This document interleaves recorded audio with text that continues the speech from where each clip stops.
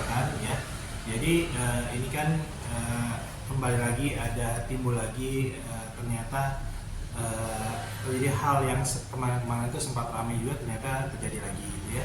Nah sebenarnya kalau kehilangan seorang dokter itu kan bukan hanya kehilangan buat keluarga tapi juga buat dunia kedokteran, juga buat masyarakat ya. Nah tapi gini, ini kan kasusnya masih dalam penyelidikan gitu ya menurut pendapat saya. Jadi kita lebih wise, bijaksana kita menunggu pihak yang berwajib, yang berwenang, yaitu pihak kepolisian, kemudian pihak universitas, pihak rumah sakit, terus pihak Ikatan Dokter Indonesia untuk coba mereka sedang melakukan penyelidikan, investigasi, dan kita menunggu hasilnya gitu ya. Lihat hasilnya seperti sebenarnya apa yang terjadi gitu kan. Nah diharapkan untuk masyarakat untuk tidak langsung cepat-cepat mengambil keputusan, sabar dulu, terus habis itu tidak mengambil informasi yang sepotong-sepotong, narasi yang sepotong-sepotong gitu kan. Jadi sabar, kita lihat dulu sebenarnya hasil pendidikan dari pihak yang berwenang gitu ya. Nah emang untuk sistem pendidikan di Indonesia itu kedokteran itu kan emang diharapkan itu bisa menghasilkan dokter-dokter yang berkompeten ya. Nah tapi selain itu juga, selain berkompeten tapi juga harus perhatikan mengenai kesehatan fisik dan mental dari si peserta didik atau si dokter ya. Nah makanya kalau sampai Kementerian Kesehatan mengambil keputusan untuk menghentikan sementara itu hal yang emang wajar dan emang harus dilakukan ya. Karena tujuan Kementerian Kesehatan juga bukan untuk menghukum sebenarnya, tapi untuk memberikan kesempatan untuk evaluasi lebih menyeluruh. Kemudian nanti kalau emang ada masalah dalam sistem pendidikan atau emang ada problem itu diharapkan bisa diperbaiki. Jadi sistem-sistem pendidikan dokter itu bisa mencetak dokter-dokter yang spesialis, yang berkompeten, yang kompeten, tapi juga menjamin kayak keselamatan atau menjamin kenyamanan dari peserta didik untuk belajar di tempat yang aman. Dok, bisa dibilang ini semakin bisa dibilang menjadi bola liar es ya dok, bola es liar yang semakin lama semakin menggemuk. Bullying ini ya bisa dibilang di dalam ibaratnya pelatihan atau pendidikan dokteran saja masih ibaratnya masih berkembang gitu. Ini cara menghentikan seperti gimana sih dok? Oke. Jadi sebenarnya bukan masalah bullying segala macam juga ya. Karena kan gini, tadi kan sistem pendidikannya itu kan emang diharapkan mencetak dokter-dokter yang kompeten, tapi kita harus menjamin keselamatan, kenyamanan peserta didik gitu ya. Nah, jadi apapun alasannya memang tidak dibenarkan, ini menurut pendapat saya, untuk melakukan kayak intimidasi ya, kemudian melakukan tadi bullying atau melakukan kekerasan, apapun alasannya tidak menjadi pembenaran untuk melakukan itu di dunia pendidikan. Semua dunia pendidikan, dalam semua kasus dunia pendidikan termasuk pendidikan dokter ya. Nah jadi kalau misalnya untuk mencegah sebenarnya kan ini sekalian lah untuk evaluasi sama introspeksi dunia pendidikan Indonesia gitu ya. Karena tujuan kita kan satu menghasilkan dokter-dokter yang kompeten, kedua untuk kesehatan masyarakat, bisa membantu masyarakat ya. Nah, jadi diharapkan ada pengawasan yang lebih ketat masalah sekarang ini kan banyak masalah jam kerja ya, jam jaga segala. Kemudian diharapkan juga untuk sistem pendidikan itu jadi evaluasi bisa dilakukan, kemudian dibikin sistem pelaporan yang lebih cepat, lebih mudah, dan melindungi identitas atau melindungi kerahasiaan dari si pelapor kan. Terus bisa juga dilakukan saling menghormati, menghargai antara budaya konsulen ya, konsultan, junior dan senior biasanya. Nah, kemudian tidak hanya memperhatikan kemampuan dari si peserta didik, tapi juga lingkungan pendidikan. Jadi diharapkan emang lingkungannya juga menjaga keselamatan peserta didik sehingga mereka dapat belajar dengan baik, dengan nyaman, dengan aman, sehingga kualitasnya pun akan lebih meningkat dan lebih banyak, lebih juga kompetensinya lebih tinggi, kemudian lebih banyak bisa membantu masyarakat.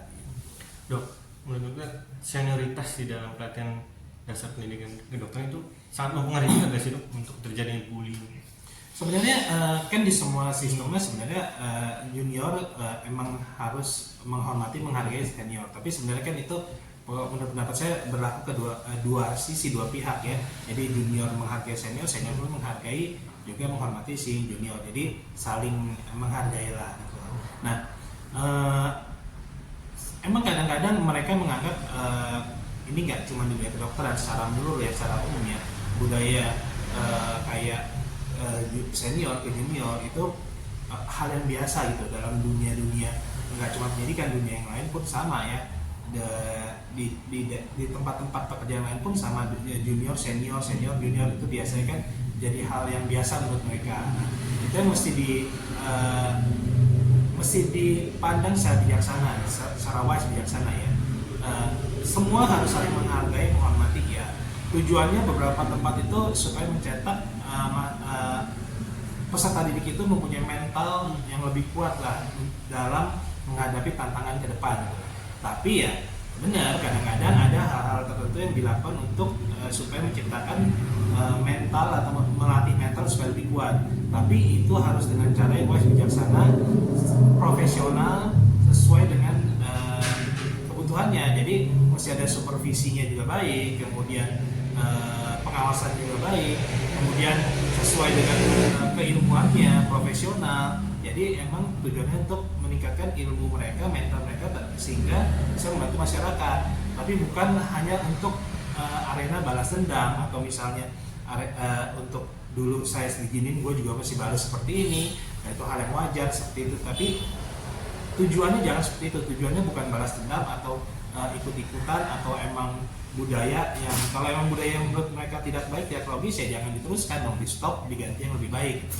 Tapi niatnya itu sebenarnya untuk emang melatih mental dari si orang-orang tersebut. Tapi sebenarnya apapun tadi alasannya tadi tidak dibenarkan untuk intimidasi, bullying, kemudian kekerasan apapun untuk yang dilakukan terhadap mereka gitu loh, dalam dunia pendidikan gitu loh. Nah ini lihat sudut pandangnya ya. Jadi kan beda lagi kalau misalnya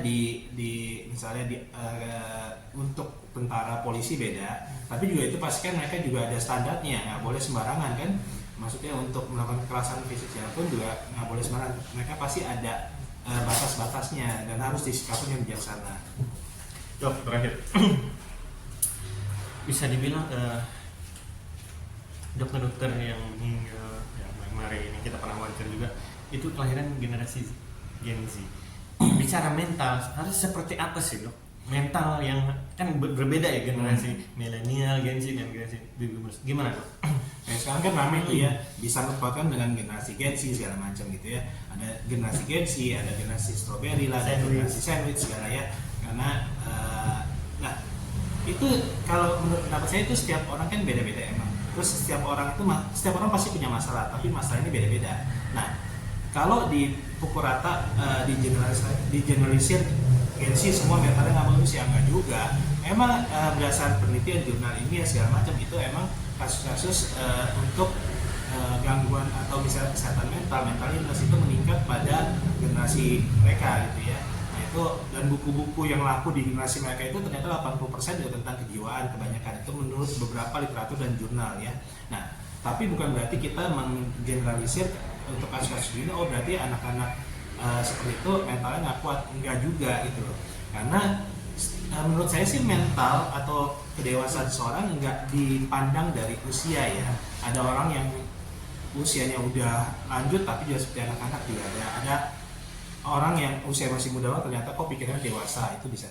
Jadi itu yang pengaruh kan tergantung dari lingkungan, terus habis itu pendidikan mereka, edukasinya, terus berhadapan dengan siapa aja, terus habis itu belajar lewat mana aja, belum sosmed segala macam. Nah hati-hati dengan sosmed itu. Kalau misalnya sosmed yang terlalu dampaknya itu kan, sosmed nggak semuanya baik ya, ada yang negatif juga. Jadi jangan terlalu tergantung pada sosmed kadang-kadang.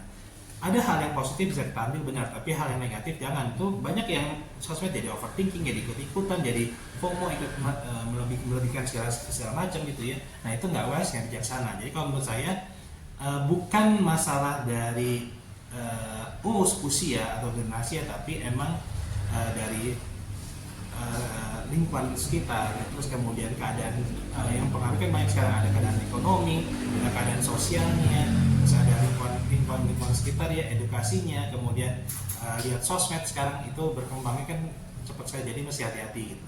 Nah jadi kalau menurut saya sih tidak tergantung dari generasi atau usia, tapi tergantung tadi dari kebijaksanaan, pendidikan, edukasi, budaya, kemudian lingkungan sekitar, terus di rumah orang tua segala itu sangat berpengaruh.